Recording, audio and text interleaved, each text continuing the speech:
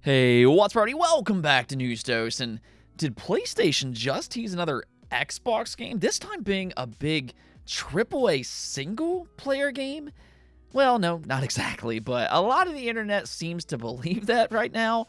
And even though I can confirm that's not what they teased, there are at least some plausible reasons that this could eventually happen. And I do think this raises a very interesting topic about what Sony has done by porting some of their games over to Nintendo and to Xbox consoles. So stick around, and we're going to get into all of that, as well as another Nintendo showcase, because apparently their partner showcase just wasn't quite enough. Before we get started, though, I do want to thank my supporters on Patreon and on YouTube memberships. Thank you just so much for what you do, and you will receive this video through early access. Let's go and get right into things, though, starting off with Xbox Game Pass. They just revealed their first wave of August games, and you can see the full list here. Depending on what tier you're subscribed to, it includes Assassin's Creed Mirage, Nine Rings, Rain World, Aliens, Fireteam Elite, Citizen Sleeper 2, Lonely Mountains, Snow Riders, Mech Warriors Clans, and lastly, Orcs Must Die Death Trap.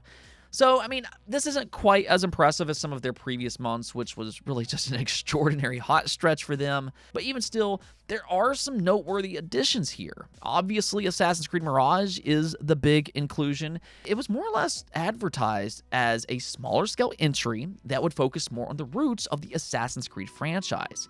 So it's not going to be a big time sink like some of the newer games are. On average, Mirage takes about 16 hours to complete, which, I mean, personally, I prefer that. I'm really not a big fan of games being 40 to 50 hours long just for the sake of ticking a box, which is what a lot of modern AAA companies seems to do. That's why a lot of newer games are oftentimes described as being overly bloated, especially when it comes to the Assassin's Creed franchise. So Mirage is kind of a cool entry, I'd say, in that sense, and it will be available on August 7th. I'd also recommend Rain World. It's a very unique Metroidvania style of game.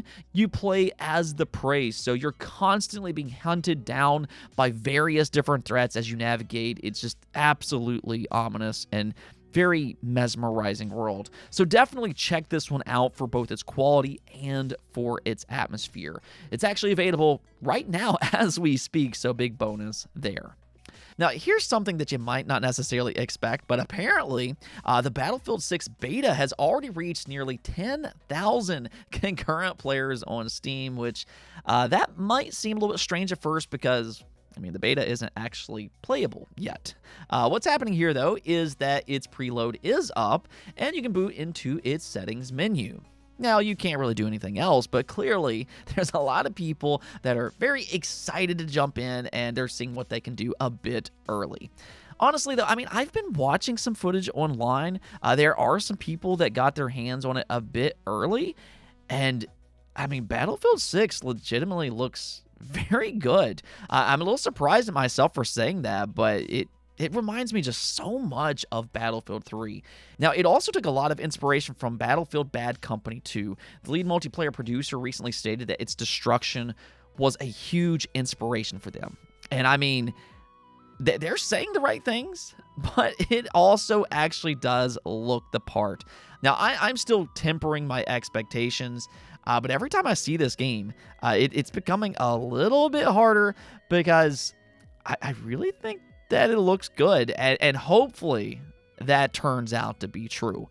If anything else, we will get a lot of impressions over the next week as its early access and beta will run from August 7th to the 10th. Okay, so let's go and get into this Xbox PlayStation rumor that's been going around because this has been just blowing up online, and I've seen all kinds of different reactions to this. So what's happening here stems from a very simple tweet made by Sony Bend, which you can see here. They simply tweeted out an emoji with a monocle. Nothing more, nothing less.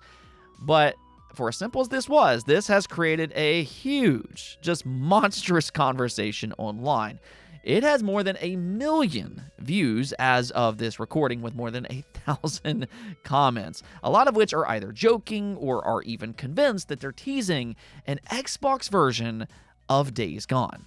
Now, I can confirm That's not what they're teasing. They later followed that tweet up with an announcement for Days Gone DLC on GOG. So that's all it was. But it has a lot less views than their original tease. It has less than 200,000 views. So a lot of people that saw that original tweet still aren't aware of the official announcement.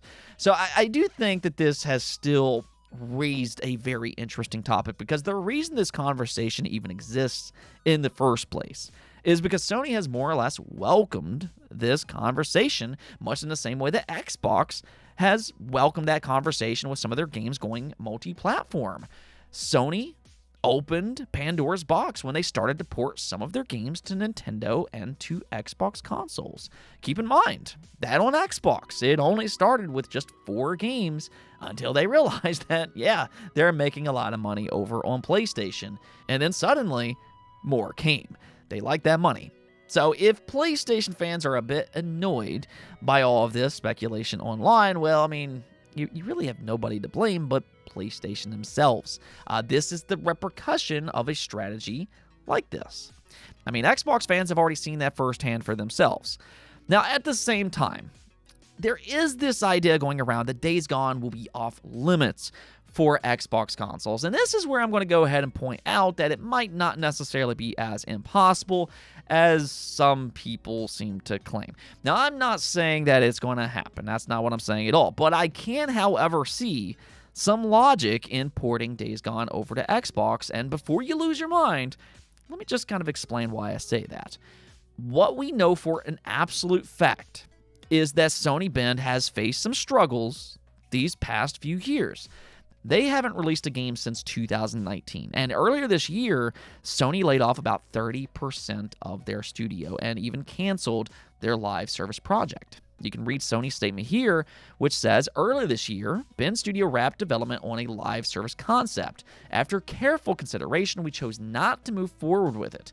As the team shifts focus to its next project, we've made strategic changes to better position the studio for long-term success. As a part of this transition, a workforce reduction has taken place at the studio.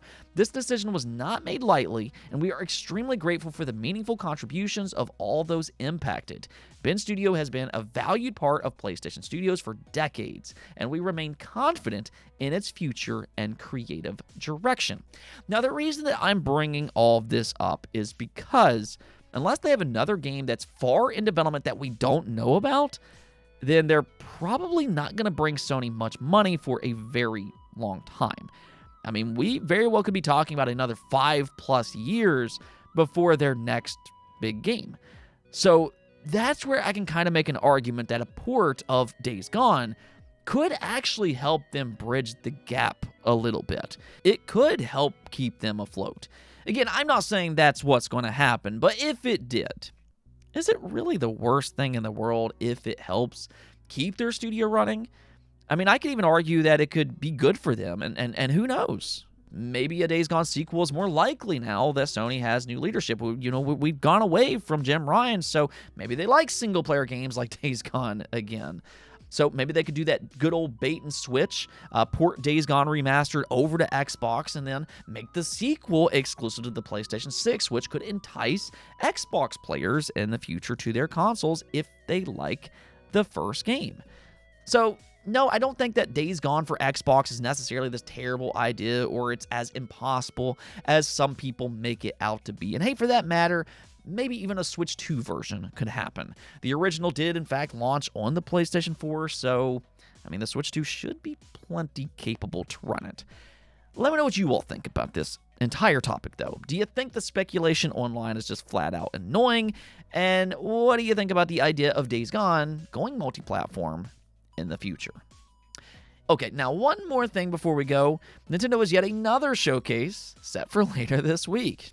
Now, this isn't an oddity for them. They do hold various different directs, sometimes very close to one another. They have their partnership showcases, they have their big general directs, and then they also have their smaller indie world showcases, which is exactly what we're getting later this week. It will air on August 7th at 9 a.m. Eastern Time, and it'll run for 15 minutes. So this isn't going to be a long showcase, and I'm going to be honest with you all here. go into this with tempered expectations. Their last Indie World Showcase, I remember being pretty bad. Nintendo does have a tendency of including a lot of those cozy type of games that really only a few people seem to care about. Now, maybe they'll have a bigger reveal here as well. Obviously, everybody's going to speculate about Silksong, and I mean, that's just tradition by this point. We'll get it eventually, right? But if anything, this will be their first indie showcase since the launch of the Switch 2. So we could see some more demanding games for a change, and that could be interesting. At the same time, though, fans are already speculating that this could suggest that they'll complete the trifecta with a soonish General Direct as well. And what I want to say to that is to look onward to September. Nintendo does like the September month for those bigger directs, so my bet would be for next month. I mean, I could be wrong, but in the meantime, if they want to make any announcement, then they could either do that on Twitter, like they did today with their overview for Kirby and the Forgotten Land plus Star-Crossed World, or they could even make an announcement at Gamescom. They are actually attending this year. Now, that could just be for their booth, but you never know. Maybe they could finally reveal the release date for some of their games like Metroid Prime 4 and Kirby Air Riders. Who knows, though? Nintendo's always a bit of a surprise because they like to march to their own beat. Anyways, though, that's going to be it for this episode. But until next time, make sure to subscribe, ring that bell, and peace out.